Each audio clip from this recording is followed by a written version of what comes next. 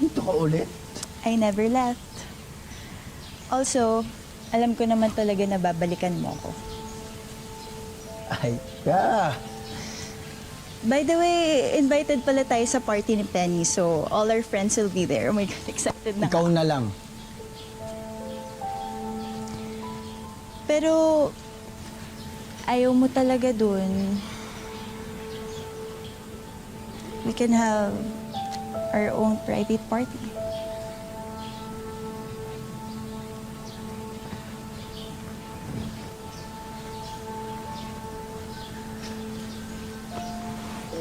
Just the two of us.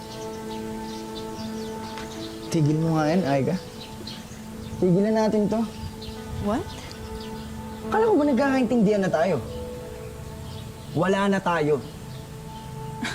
Ralph, alam ko naman na open ang relationship natin, no? Yun nga yung gusto kong linawin sa'yo eh. Sa atin. Open relationship, dating o ano man. Tinatapos ko na. Ayoko na.